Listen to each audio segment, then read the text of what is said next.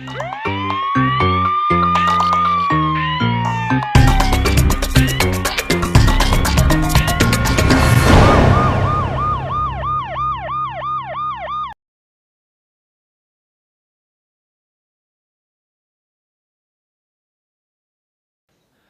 वालेकुम नाजरीन, प्रोग्राम जुर्म बेनकाब के साथ मैं हूं कैसर खान। नाजरीन, जरा तसव्वुर कीजिए कि वो घर जिसे आप अपने लिए महफूज समझते हो, जहां पर हर चेहरा आपको अपना लगता हो, उसी घर के किसी कमरे में आपके कत्ल की साजिश तैयार हो रही हो। और सबसे खौफनाक बात यह है कि उस साजिश में वो शख्स शामिल हो जिस पर आप सबसे ज्यादा एतबार करते हैं। कातिल हमेशा अजनबी नहीं होते। बाजुकात कत्ल ऐसे रिश्तों के हाथों भी होते हैं जिनको आप अपनी जिंदगी, अपना सुकून और अपना वफादार समझते हैं। मोहब्बत जब बेवफाई में बदल जाए और एतबार साजिश का रूप धार ले तो हंसता बसता घर बर्बाद हो जाता है। एक ऐसा ही वाकया पेश आया ननकाना साहिब के इलाके वारबटन में, जहां पर मुबैना तौर पर एक बीवी ने अपने आशना के हाथों अपने शोहर को बड़ी बेरहमी से कत्ल करवा दिया। आज के प्रोग्राम जुर्म नकाब में हम इसी जुल्म और जुर्म को बेनकाब करेंगे। इस वक्त जी टीम जुर्म नकाब मौजूद है क्राइम सीन पर, जहां पर एक दोस्त ने ही अपने दोस्त को बड़ी बेरहमी से कत्ल कर दिया। अभी हम बात करेंगे वारबटन में हमारे नुमाइंदा अब्दुल गफार से इस सारे केस के हवाले से। जी अब्दुल गफार, बताइएगा। ये जब हमें पुलिस के ज़रिए पता चला कि यहाँ पर एक डेड बॉडी पड़ी हुई है, हम यहाँ पर पहुँचे मौका पर। हमें जब ट्रेस किया तो पता चला कि ये राय तौहीद की है डेड बॉडी। और शुरू में तो ये इम्कानात थे कि ये शायद रोड एक्सीडेंट है या रॉबरी का मामला है। तो ये तो जब पुलिस पहुंची उन्होंने अच्छे तरीके से इन्वेस्टिगेशन की। जब ट्रेस किया तो पता चला ये तो मर्डर है, और ये मर्डर जो है उसकी वाइफ और उसके एक आशना ने मिलके किया है।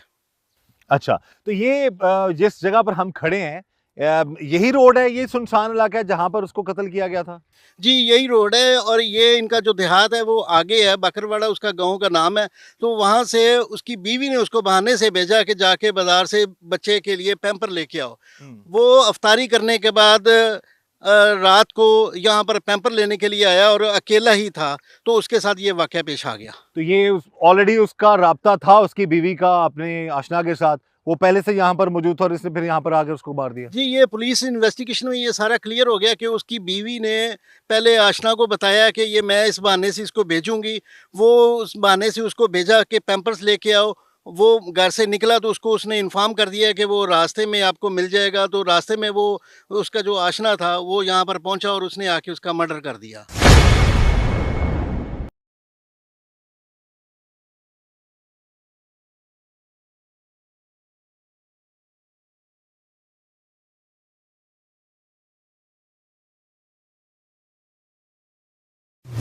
अभी मकतूल की वालदा हमारे साथ मौजूद हैं, उनसे हम बात करते हैं। माँ जी, सब तो पहला बड़ा अफसोस है, अल्लाह ताला तुहानू हिम्मत दे, सबर दे। कहना सौखा है, करना बहुत औखा है।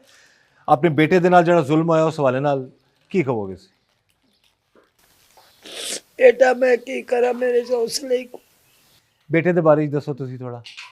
रोज़ा छड़ के ते 10 मिनट कंप्यूटर ते बैठा है, बह के ਉਹਨੂੰ ਤਿਆਰ ਕਰਕੇ ਉਹਦੇ ਰੱਬ ਤੇ ਆ ਸੁੱਕਦੀਓ ਤੇ ਉਹਦੇ ਰੱਬ ਤੇ ਕਰਦੀ ਰਹੀ ਬਿਆ ਰੋਟੀ ਖਾਂਦਾ ਪਿਆ, ਮੈਂ ਘਰੋਂ ਕੱਢਦੀ ਪਈਆਂ। ਇਹ ਉਹ ਜਿਹੜਾ ਉਹ ਕਾਤਲ ਆ ਨਾ, ਉਹ ਚੀਜ਼ਾਂ ਤੇ ਗੱਲਾਂ ਕੀਤੀਆਂ, ਸਾਨੂੰ ਕੋਈ ਇਲਮ ਨਹੀਂ ਕਿਸੇ ਗੱਲ ਦਾ। 5 साल रही है इस घर च ते तुहानू कदी उन्हें अंदाजा नहीं होता कि ਉਹਦੇ दिल की है? अंदाजा नहीं सानू होया, जरी अंदाजा नहीं होया। आखिरी दम तक भी रोटी ਉਹਨੂੰ ਖਵਾਈ ਸੂ, ਇੱਕੇ ਬਰਤਨ ਦੇ ਵਿੱਚ ਖਾਂਦੇ ਆਣ ਤੇ ਕੋਈ ਸਾਨੂੰ ਲੀਕ ਹੀ ਗੱਲ ਨਹੀਂ ਹੋਈ। ਇਹ ਉਸ ਮਰੀਜ਼ਾਂ ਕੁਟੀਜੇ ਇਹ ਗੱਲਾਂ ਜਿਹੜੀਆਂ ਨੇ ਉਸ ਕੀਤੀਆਂ ਨੇ ਤੇ ਇੱਥੋਂ ਉਹਨੂੰ ਕੱਢਿਆ ਸੂ, ਕੱਢ ਕੇ ਮੇਰੇ ਉਹ ਪੋਤਰਾ ਜਿਹੜਾ ਝੋਲੀ ਦੇ ਵਿੱਚ ਆ, ਮੈਂ ਇੱਥੇ ਅਸੀਂ ਇਸ ਕਮਰੇ 'ਚ ਬੈਠੇ ਤੇ ਇਹ ਇਹਦੇ ਸੌਂਦੇ ਹਨ, ਸਾਡਾ ਆ ਕਮਰਾ, ਇੱਥੇ ਸੁੱਤੇ ਆ ਅਸੀਂ, ਬੈਠੇ ਆ ਤੇ ਤੂੰ ਲੈ ਕੇ ਸਕੂਟਰ ਨਿਕਲਿਆ। ਅੱਗੋਂ ਪਿਓ ਸੱਦ ਮਾਰਦਾ ਰਿਹਾ ਸੂ, ਕਿਤੇ ਜਾਊਂ ਮੈਂ, ਕਿਤੇ ਜਾਊਂ ਮੈਂ, ਕਿਤੇ ਜਾਊਂ।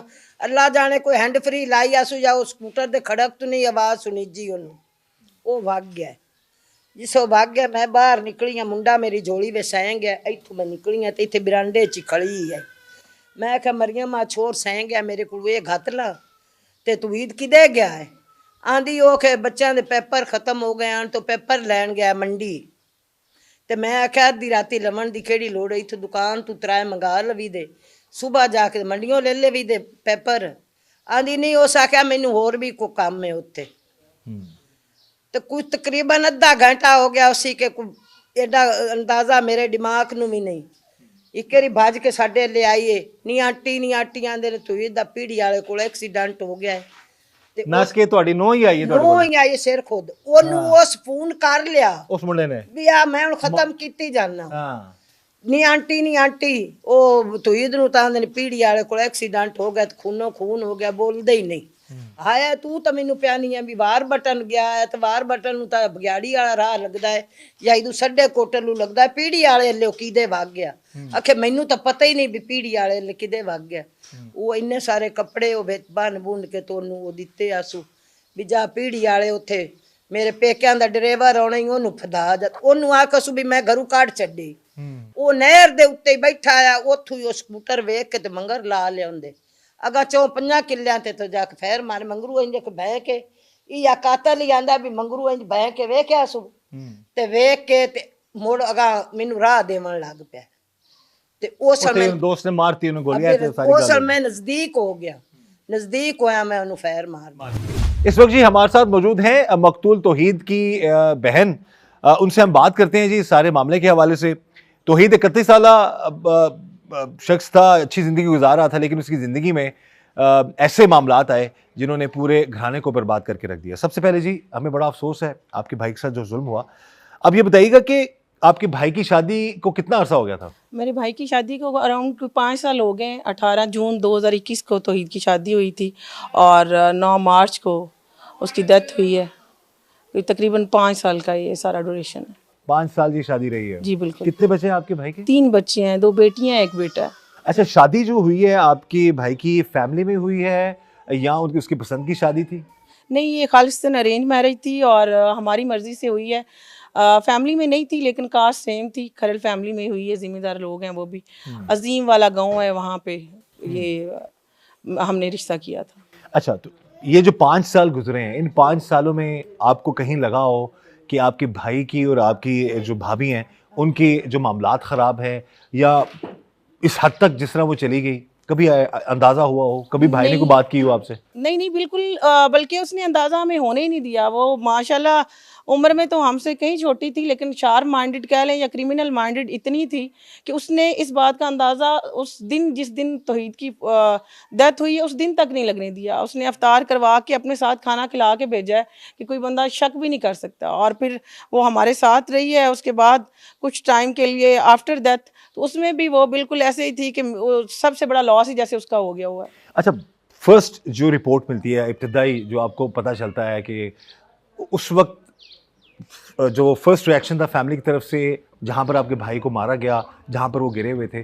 सबसे पहले कौन पहुँचा वहाँ पे? सबसे पहले लवाहिकीन में मैं पहुंची हूँ, उसके बाद बाकी लोग पहुंचे, मैंने उसी को रेस्क्यू किया है। वहाँ पे एक क्योंकि रास्ते में ये सारा मामला हुआ है, वो फायर मार के जो शूटर है वो आगे निकल गया था। जो लड़के वहाँ पे थे उन्होंने कॉल की हुई थी क्योंकि उसकी हालत बुरी थी, उसकी वो प्रॉपर खून के साथ लथपथ था और वहाँ पे इतनी ज़्यादा ब्लीडिंग थी कि शायद ही मतलब मैंने तो अपनी सारी उम्र में सारे ड्यूरेशन में नहीं देखा कि इंसानी खून इतना ज़्यादा निकला हुआ था। वो वहाँ पे क्लॉट्स पड़े हुए थे और पूरा ब्लड था, ब्लड में वो लथपथ था और सारे लोग ऊपर थे और मुख्तलिफ आवाज़ें, मुख्तलिफ शैम गोइयाँ हो रही थी। वो लोग कह रहे थे कि जी कोई कह रहा था उसको कोई मार के छोड़ गया है, कोई कह रहा था इसको फायर लगा है, कोई कह रहा था ये बाइक से गिर गया है।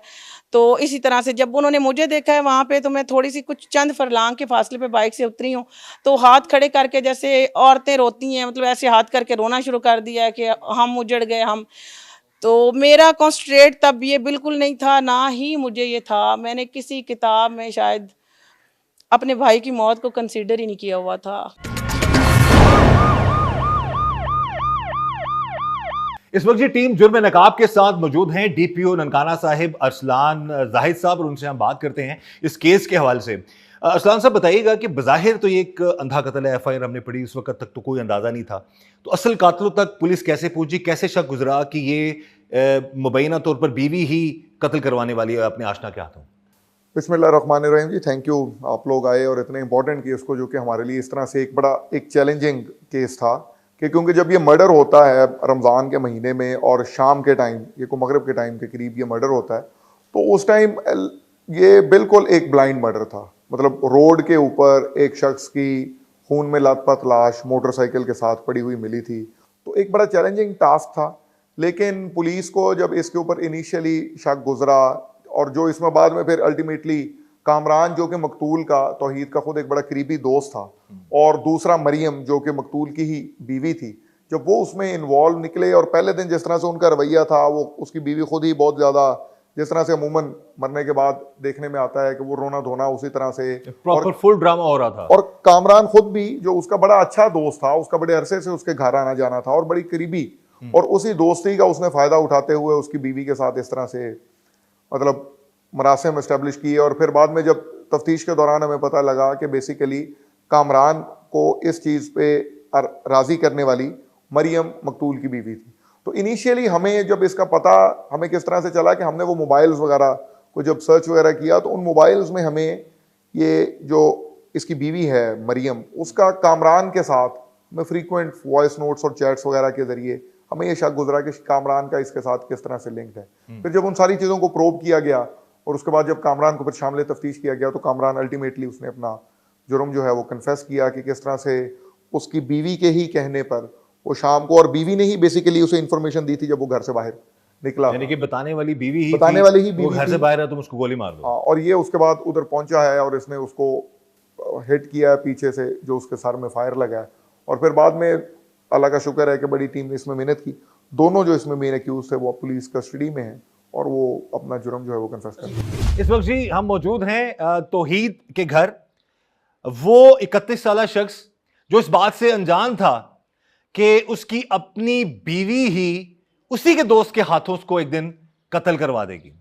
इस वक्त हमारे साथ मौजूद हैं मकतूल तौहीद के वालिद और उनसे हम बात करते हैं। सब तो पहला जी सानू बड़ा अफसोस है, अल्लाह ताला तुहानू हिम्मत दे, सबर दे, थोड़ा जवान बेटे नाल एडा जुल्म हो गया। ए दसो ऐसे घर सारे जॉइंट फैमिली सिस्टम है ਤੁਹਾਡਾ, ਇਕੱਠੇ ਰਹਿੰਦੇ ਹੋ ਸਾਰੇ? ਹਾਂਜੀ ਤੇ ਬੇਟਾ ਤੁਹਾਡਾ ਤੌਹੀਦ ਕੀ ਕਰਦਾ ਸੀ? ਅਸੀਂ ਸਰ ਜ਼ਿਮੀਦਾਰ ਹਾਂ, ਜ਼ਿਮੀਦਾਰਾ ਕਰਦਾ ਹੈ ਉਹ। ਠੀਕ ਹੈ। ਤੇ ਤੇ ਜਿਸ ਦਿਨ ਉਹਦਾ ਕਤਲ ਹੋਇਆ ਵੇ ਉਸ ਦਿਨ ਤੁਹਾਨੂੰ ਮੁਲਾਕਾਤ ਤੁਹਾਡੇ ਨਾਲ ਹੋਈ ਸੀ ਜਿਸ ਦਿਨ ਘਰੋਂ ਨਿਕਲਿਆ? ਹੋਈ ਜੀ ਸਰ ਜੀ, ਘਰੋਂ ਨਿਕਲਿਆ ਨਾ ਉਹ। ਮੈਂ ਸ਼ਾਮ ਤੋਂ ਪਿੱਛੇ ਬਾਹਰ ਕੋਈ ਨਹੀਂ ਨਿਕਲਦਾ। ਅੱਛਾ ਨਮਾਜ਼ ਪੜ੍ਹ ਕੇ ਤੇ ਮੈਂ ਮੁੜ ਰੋਜ਼ੇ ਵੀ ਰੱਖਣਾ ਤੇ ਅੰਦਰ ਹੀ ਰਿਹਾ। ਠੀਕ ਹੈ। तो मोटरसाइकिल तो खड़ा होया तो मैं बाहर निकलिया। वो चल जी इतों सामा आ गया। मैं कहा किधर जाऊँ मैं? वो को नहीं बोलिया, मोड़ बूहे को भाग गया। और मैं कहा 10 से जा किधर जाऊँ मैं? वो को नहीं बोलिया। मैं उनकी बीवी को पूछा किधर जाओगे?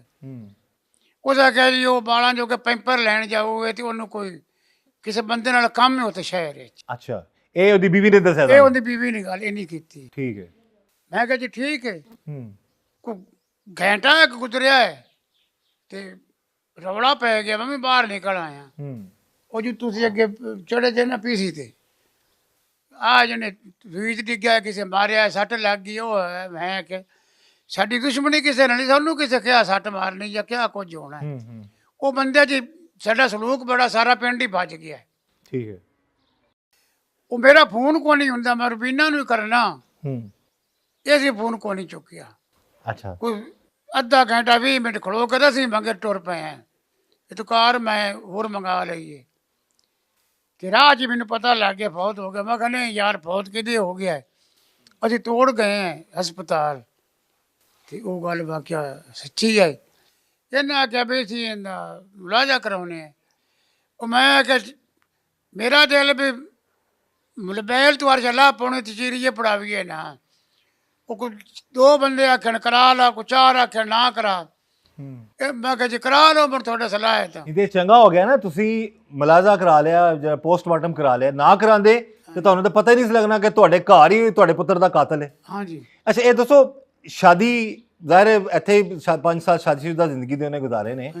ਉਹਦੀ ਜਿਹੜੀ ਤੁਹਾਡੀ ਨੂੰਹ ਸੀ, ਜਿਹੜੀ ਉਹਦੀ ਬੀਵੀ ਹੈ, ਉਹਨਾਂ ਦਾ ਆਪਸ ਵਿੱਚ ਲੜਾਈ ਝਗੜਾ ਜ਼ਿਆਦਾ ਤੇ ਨਹੀਂ ਸੀ ਰਹਿੰਦਾ ਜਾਂ ਕਦੀ ਤੁਹਾਨੂੰ ਸ਼ੱਕ ਹੋਇਆ ਹੋਵੇ? ਜਿਵੇਂ ਘਰ 'ਚ ਕਦੇ ਕਦੇ ਕੋਈ ਲੜ ਪੁੰਦੇ ਨੇ, ਇੱਕ ਤੋਂ ਬਗੈਰ 1 ਮਿੰਟ ਨਾਲ ਰਹਿੰਦੇ, ਇੱਕ ਦੂਜੇ ਤੋਂ ਮਜਬੂਰ ਕੀਆਂ ਗਾਂਦੇ ਆ।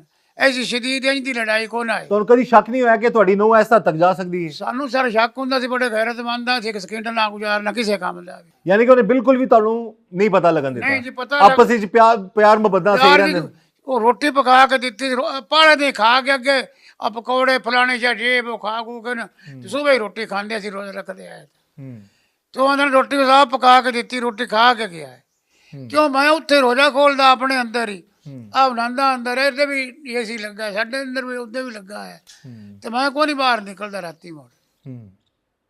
ਤੇ ਤੁਹਾਡੇ ਮਾਸ਼ਾਅੱਲਾ ਕਿੰਨੇ ਬੱਚੇ ਨੇ? ਮੇਰੇ ਬੱਚੇ ਜੀ बेटे कितने ने ਤੁਹਾਡੇ माशाल्लाह? 2 जी जी। 2 बेटे ने। हाँ जी। ये बड़ा बेटा सी? ये जी बड़ा। आपको क्या लग रहा था उस वक्त वो सांसें ले रहे थे या खुदा ना खासा उस वक्त उनकी मौत वाक़ई हो चुकी मैं है? उससे चंद फरलांग के फासले पी रही हूँ क्योंकि वो सिचुएशन इस तरह की थी कि मेरी हिम्मत नहीं हुई कि मैं उसको हाथ लगाऊं, लेकिन जिन्होंने उसको गाड़ी में डाला है वो कहते हैं कि जब तुम गई हो हमने उसकी नब्ज़ चेक की है, नब्ज़ उसकी चल रही थी, उसके पेट पे हाथ लगाया, उसकी सांसें आ रही थी। जब हमने उसको गाड़ी में डाला है तो तब वो उसका जिस्म लटक गया है, इट मीन्स कि जब उसको गाड़ी में डाला है तो उसकी डेथ हो गई थी। तो फिर भी मैं मतलब हिम्मत नहीं हुई, या मेरे दिल में बस यही था कि मैं इसको रेस्क्यू कर लूँगी तो ये ठीक हो जाएगा, इसको कुछ नहीं होना। हम उसको भगा के ले गए, सब कहें कि बंदा साथ चला जाए, तो मैंने कहा किसी बंदे की ज़रूरत नहीं, मैं खुद ही बंदा हूँ, इसको लेके यहाँ से मूव करें कि खुदा ना खास्ता कोई और टाइम ना निकल जाए, कोई टाइम जाहिर है जी, बहन है जी, बहन भाई का जो प्यार है उसकी तो मिसाल ही नहीं मिलती। और जिस तरीके से ये बता रही हैं कि इनके भाई को उस वक्त जिस हालत में थे वो इन्होंने पूरी कोशिश की फौरी तौर पर उनको अस्पताल ले जाया जाए, लेकिन ये कोशिश में कामयाब नहीं हुई। ले तो गई लेकिन इनके भाई जो है वो जाँबार ना हो सके। भाभी का क्या रिएक्शन था? उसका जो दोस्त था जो जिसने कत्ल किया है उसका क्या रिएक्शन था? इन लोगों के बारे में बताइए जरा। ये जो भाभी तो मैं उसे नहीं कहूंगी, वो तो कोई बदबख्त जाहिर ऐसी है, बला थी जाहिर है। जो हमारे घर भाई खा को गया तो था। खा ही खा गई, अपनी औलाद 3 बच्चे भी उसने रोल दिए हैं। उसको पता था, वो उसने जब यहाँ से भेजा है उसको, ये 3rd 4th अटेम्प्ट थी जिसमें मेरे भाई की डेथ हुई है। उससे पहले भी 3-4 दफ़ा उसने तौहीद पे हमला करवाया है, लेकिन वो उसकी शायद सांसें बड़ी हुई थी कि वो हर दफ़ा यहाँ से जब निकलता था घर से 2-3 अफ्तारी पहले जब हमले 3-4 हुए थे तो तब उस वक्त कोई एहतियाती तदाबीर नहीं की कि कोई हम गार्ड रख लेते हैं या इन्वेस्टिगेट करवाते हैं कौन शख्स है जो हमला कर रहा है? वो पता ही नहीं था, मतलब इस तरह से नहीं ना हुआ कि कोई उस पे किसी ने फायर किया या ठीक रास्ता है, रोका यानी है। कि लोग उसको वो फॉलो करते थे। मौका नहीं मिलता था तो मारते नहीं मारने थे। की नीयत से जब वो यहाँ से निकलता था कोई ना कोई दोस्त उसका मिल जाता था साथ। एक दफ़ा वो यहाँ से गया है तो उसका वो अंदर पड़ा हुआ है वो कंप्यूटर, उसका वो लड़के को उसने कहा है कि जी मेरे साथ चलो, इसको लेके जाना है।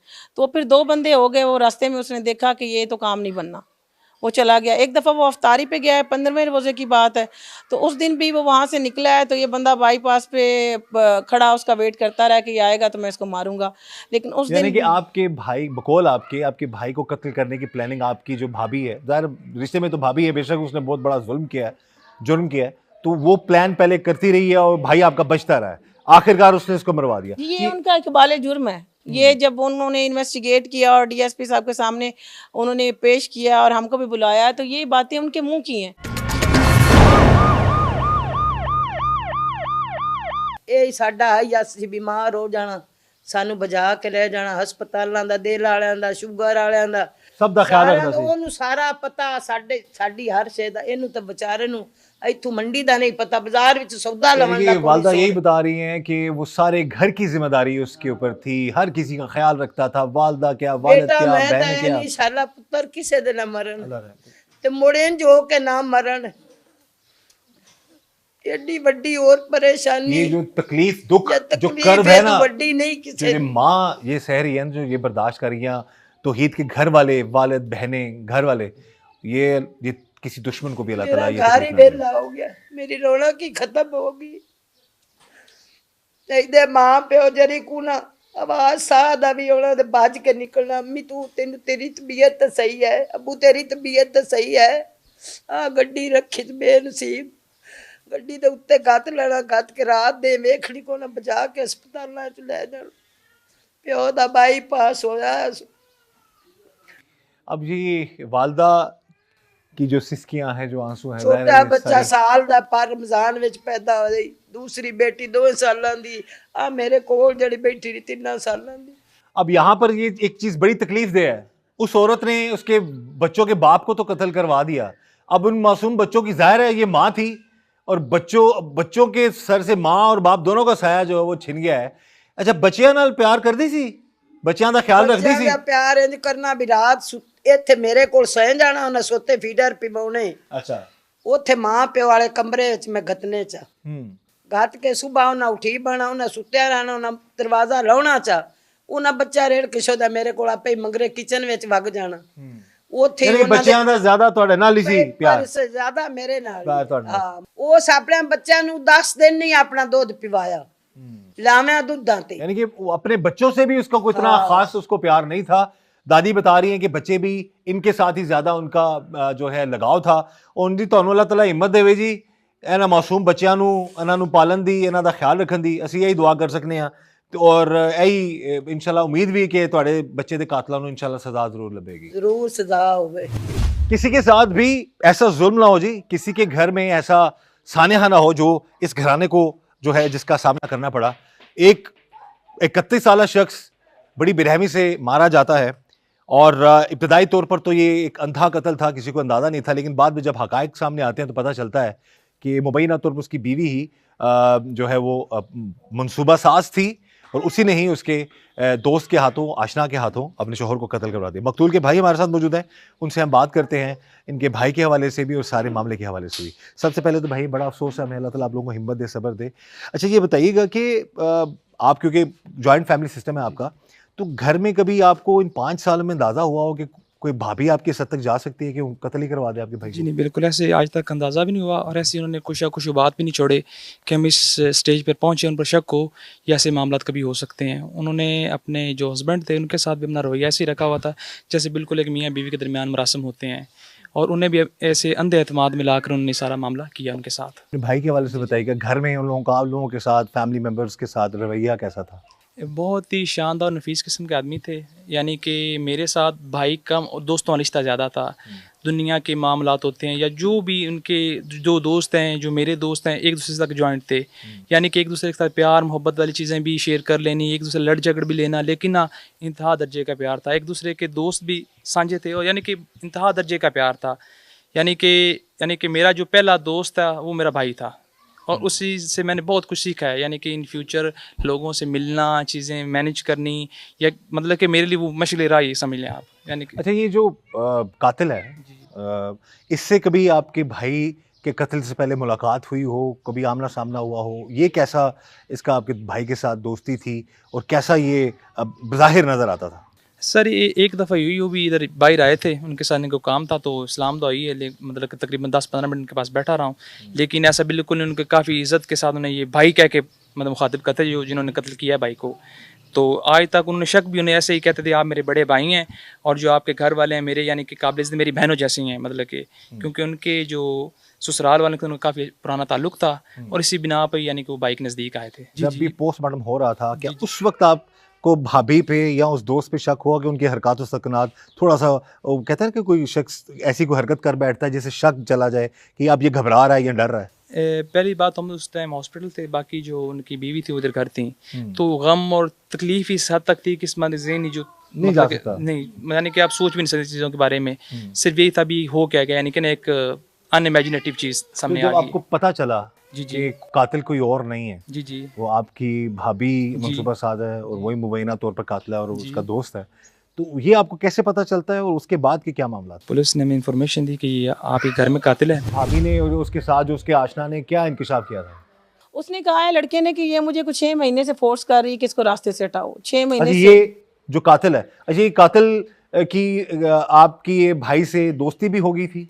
जी, ये जब इनकी आपस में आशनाई हुई है, इनका कोई इसने हाइड करके टिकटॉक पे अकाउंट बनाया हुआ था। ये लड़की जानती थी कि ये बंदा मेरे भाई का दोस्त है और पुराना दोस्त है। इसने उसको मैसेंजर पे मैसेजेस किए हैं कि मेरे साथ बात करो, तो अब एक यानी सीधा आपके भाई के दोस्त के साथ ताल्लुक बनाने की पहल आपकी भाभी ने की? जी, ये उन्होंने ड्यूरिंग वो इन्वेस्टिगेशन बताया है। तो वो कहता है लड़के ने कि मैंने उसका मैसेज का रिस्पांस किया है, बात की है, लेकिन मुझे दूसरे दिन पता चल गया था कि ये मरियम है, ये मिसिम की बहन है और राय तौहीद की बीवी है। तो कहता है मैंने उसको ब्लॉक कर दिया है।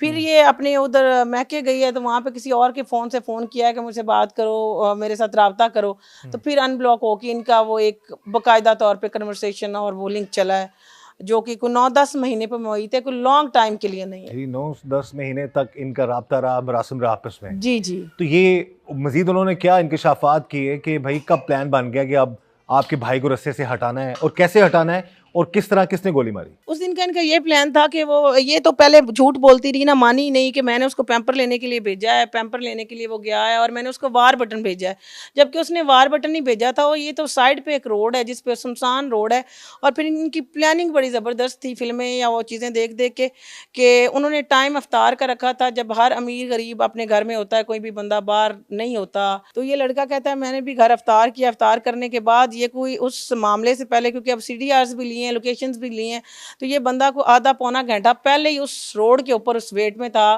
कि तौहीद आ रहा है। फिर वो कहता है कि जब ये घर से निकला है तो क्योंकि वो जहाँ पे खड़ा था वो सड़क ऊंची है, वहाँ से ये हमारे जो गांव से निकलती सड़क है, ये नज़र आता है बिल्कुल सामने हमारा गांव। तो कहता है मैं वैसे भी देख रहा था कि वो आ रहा है, क्योंकि इसकी बाइक की वो जो वो आगे वाली लाइट है वो ज़रा दूसरे बाइक से मुख्तलिफ थी।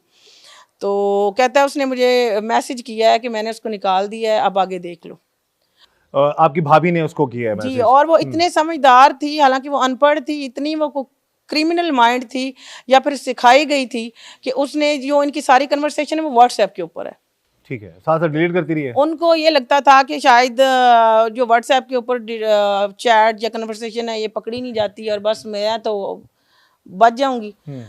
तो वो फिर वो बंदा कहता है कि मैं वहीं पे देख रहा था, जब ये उस रोड पे लगा है वो 1-2 एकड़ आगे चला गया तो फिर मैंने बाइक स्टार्ट की और उसका पीछा किया है। तो मैंने वहीं से जो ट्रिगर दबा के वो सारा कुछ करके बुलेट्स वगैरह रेडी करके हाथ में पकड़ लिया था कि वहाँ पे जाके मैंने उसको फायर करना है। तो क्योंकि सोलंग सारा 6-7 फुट का है, कोई बड़ा सोलंग नहीं है, बड़ी रोड नहीं है, तो जब एक बाइक दूसरी बाइक को रास्ता देगी तो डेफिनेटली वो बीच में आधे फुट का ही फासला है। वो एक दफ़ा इसको तौहीद को लाइट पड़ी है तो इसने थोड़ा सा पीछे मुड़ के देखा है, ये इसने कानों में वो लगाया हुआ था आईपॉड और वो ये आराम से जा रहा था, कोई गाना सुन रहा था या कुछ देख रहा था। इसने थोड़ा सा पीछे मुड़ा है कि मेरे पीछे क्या चीज़ आ रही है रास्ता देने के लिए। कहता है मेरे ऊपर उसकी नज़र नहीं गई क्योंकि पीछे से इसके बाइक की लाइट थी। ये कहता है जब वो बिल्कुल मैं उसके पास गया हूँ तो उसने मुझे रास्ता दिया है, तो मैंने तब उस पर फायर किया है और फायर करके मैं आगे निकल गया हूँ। तो ये वहाँ पे जब मैंने पीछे मुड़ के देखा है तो ये वहाँ पे गिर गया। कब से और कैसे, यानी कि दोस्त तो आपने बता दिया कि ऑलरेडी दोस्त था मकतूल का, तो ये कितना अरसा इनका आपस में ये दोस्ती रही या मरासिम रहे, उसके बाद फिर उन्होंने प्लान बनाया जी कि अब शोहर को रास्ते से हटा देने, और उन्होंने बचना क्या था, आगे का प्लान क्या था इनका? जी ये तो काफ़ी अरसे से, मतलब जो कामरान है वो मकतूल जो तौहीद है वो उसका काफ़ी अरसे से दोस्त था। इनके घर भी कोई इतने ज़्यादा दूर नहीं है, आना जाना बहुत फ्रीक्वेंट था। उसकी बीवी के साथ भी वो बिल्कुल इसी तरह से है कि जिस तरह से एक दोस्त की बीवी के साथ आप जाते हैं घर, आपके फैमिली रिलेशंस बन जाते हैं, तो उसी का बेसिकली इसने नाजायज़ फ़ायदा उठाया। जो ड्यूरिंग इंटेरोगेशन चीज़ें सामने आई हैं, चूँकि जिस तरह से इसको पूरा बिल्कुल एक ब्लाइंड मर्डर था और इनको जिस तरह से इन्होंने अपनी तरफ से जिस तरह से बड़ा एक वेल प्लान तरीके से इसको ऑर्गेनाइज किया था कि इस तरह से उसको मर्डर को किया गया कि इनका ये ख्याल था कि पुलिस कभी भी या इसका इन पर शक नहीं करेगी, शक नहीं करेगी, ब्लाइंड रहेगा। और कुछ अरसे बाद जब ये चीज़ें सेटल डाउन हो जाएंगी, जब चीज़ों का पता नहीं लगेगा, तो फिर अल्टीमेटली मरियम जो है वो उसके साथ तौहीद के साथ अपना जो है वो जो भी उसका प्लान होगा वो करेगी। इस वक्त जो दोनों मुल्जमान हैं, जो बीवी है और वो दोनों गिरफ्तार हैं, पुलिस की हिरासत में हैं, एविडेंस स्ट्रॉन्ग है उनके खिलाफ कानूनी कार्रवाई के हवाले से? जी बिल्कुल, हम इसके अंदर जो उनकी जो फैमिली है जो उसमें मुद्दई है उनके साथ भी राब्ते में हैं और इसमें हमारी पूरी कोशिश है कि प्रोसिक्यूशन के साथ मिलकर एक स्ट्रॉन्ग केस जो है वो बिल्ड किया जाए ताकि मुल्जमान को कैफरे किरदार तक पहुंचाया जाए। 10 महीने से इनका आपस में मरासिम था, पहल आपकी भाभी ने की, ये जो सारे आपने बातें बताई, लेकिन वो बाद में उसको लालच आ गया ना कि ये तो काम ही बड़ा है। इसने कहा था कि जब ये कुड्डे लाइन लग जाएगा तो मैंने यहाँ से उसकी, क्योंकि डेफिनेटली वो उसकी विरासत की हकदार थी, तो यहाँ से जो तौहीद के हिस्से की ज़मीन आनी है, गाड़ी है, बच्ची हैं, वो सारा कुछ मैं ले लूँगी। और फिर उसका जो भाई है, क्योंकि उसके वालिद की डेथ हो गई हुई है, इकलौता भाई है, 3 ये बहनें थी, तो इनकी भी अच्छी खासी को 2 मरबे के राउंड ज़मीन है, तो वहाँ पर भी मैं वो ज़मीन भी ले लूँगी तो हम सुकून से रहेंगे। यानी किसने लालच दिया उस लड़के को जी कि भाई तुम्हारी जिंदगी सुकून से है, बस मेरा शोहर मार हमारी दो। जिंदगी सुकून से है, शायद इसको ये उसकी, था या फिर ये था कि ये भी इसको साइड पे करने के लिए उसको यूज कर रही थी, जो कि मतलब बाद में कुछ चीजें वो एक दूसरे के ऊपर लगा रहे थे। वो कह रहा था उसने मुझे कहा है, वो कह रही थी उसने मुझे कहा है, तो उसको ये था कि मैं जमीन लेके खाऊंगा और मैं तो जिम्मेदार बन के यहाँ पे मौजों में रहूंगा। उसको शायद ये अंदाजा नहीं था कि किसी का ना हक खून जो है वो कभी भी जो है ना वो छुपता नहीं है। तो वो लड़का हॉस्पिटल गया है, जब वो वकूवा करने के बाद, कत्ल करने के बाद हॉस्पिटल गया है। कत्ल करने के बाद उसने वो जो अपनी गन थी वो फेंकी रास्ते में, छुपाने के बाद फिर वो घर गया, उसने चेंज किया और हॉस्पिटल पहुंच गया। स्ट्रेचर के साथ वो तीनों दोस्त खड़े थे, क्योंकि मैं बाय फेस उनको जानती नहीं थी, तो डेफिनेटली हम लोग वेट में थे कि कब थाने से वो लोग आएंगे और हम यहाँ से मूव करेंगे या फिर अगला जो भी प्रोसीजर है। उन्होंने चादर उठाई है, पहले सर देखा है, फिर एक साइड से पूरा वही उठा के- कातिल जी कातिल खुद देख रहा था कि बड़ी तसल्ली के तसल्ली साथ से कि मर उसने, चुका है। तो मेरे लिए वो थोड़ा सा ना सरप्राइजिंग था कि ये कौन बंदा है जो इतनी इन्वेस्टिगेशन कर रहा है, क्योंकि ये ना तो ये कोई पुलिस वाला है कुछ। तो मैंने फिर उसको रोते हुए कहा कि कौन है तू, क्यों ऐसे कर रहे हो, क्यों मरे हुए को क्यों क्यों क्या क्या देख रहे हो, ये कोई तमाशा है। तब मुझे नहीं पता था कि ये कौन है। फिर मैंने अपने कजन्स को कॉल की कि तुम सारे किधर चले गए, लोग तमाशा बनाया हुआ, जो आता है चादर उठा के देखता है। जब फिर वो लड़का पकड़ा गया है, उसकी मैंने तस्वीर देखी है, तो मैंने कहा ये तो वो लड़का है जो इतनी तसल्ली के साथ लेकिन उस वक्त ये यही जाहिर कर रहा था और लोगों को भी पता था कि हमदर्दियों के लिए उसका है। दोस्त जी, है जी, जी। और हमदर्दी कर रहा है। हमदर्दी। फिर वो जनाजे पे भी आया है, जनाजे पे भी, फिर जनाजे के थर्ड डे भी ऐसे आया लोग यकीनन फिर आगे आगे कंधा भी शायद देते होंगे। थर्ड डे भी आया है, वो आके अफसोस करके गया है कि जी ये मामला हो गया। और ये जो मोहतरमा घर पे थी, ये जब डेथ बॉडी आई है तो सर वाली साइड पे बैठी हुई थी और बड़ा वो कि हाय मैं तो ये हो गया, मैं वो हो गया, मैं जवानी में ऐसे हो गया, मैं अब क्या करूँगी, मेरा क्या बनेगा। और लोगों की भी सारी हमदर्दियाँ ये थी कि हाय बहनें भी रो रही हैं, माँ भी रो रही है, तो ये तो शायद एक टाइम तक रो के चुप कर जाएंगी या इनको सब्र आ जाएगा। लेकिन बेचारी बीवी के लिए तो सारी उम्र का रोना पड़ गया। फिर जब वो उसको लेके चले गए हैं दफनाने के लिए, जनाजे के लिए, तो फिर चीख के वो उसने सब पे चढ़ाइयाँ की, मुझे शुरू कर दिया कि तुम भी कसूरवार हो, तुम सबको हॉस्पिटल लेके जाती हो और बचा के ले आती हो, तो मेरे हस्बैंड को तुमने क्यों नहीं बचाया। ये आप देखिए नाजरीन, कैसा ड्रामा रचाया उस बीवी ने और मुबैना तौर पर उसके आशिक ने कि खुद ही कत्ल करवा के मकतूल की बहन को कह रही है कि आप लोगों को तो ले जाती हो, बचा के ले आती हो, तो मेरा शोहर जो है वो जिंदा नहीं है। तो ऐसे ड्रामा रचा रही थी वो औरत। वो शख्स भी तस्दीक कर रहा था दोस्त बनकर और देख रहा था क्या जिसको उसने कत्ल किया है वो प्रॉपर तरीके से मर चुका है कि नहीं मर चुका। और उस वक्त तक ये लोग इस बात से अनजान थे कि कत्ल जैसा जुर्म कभी छुपता नहीं है। ऐसे लोगों से, ऐसे रिश्तेदारों से, ऐसे दोस्तों से अल्लाह ताला सबको बचाए। इस दुआ के साथ कि अल्लाह ताला हम सब पर रहम करम और फजल फरमाए। अल्लाह हमें हर तरह और हर किसी के शर से बचाए। मुझे इजाज़त दीजिएगा। अल्लाह हाफिज़।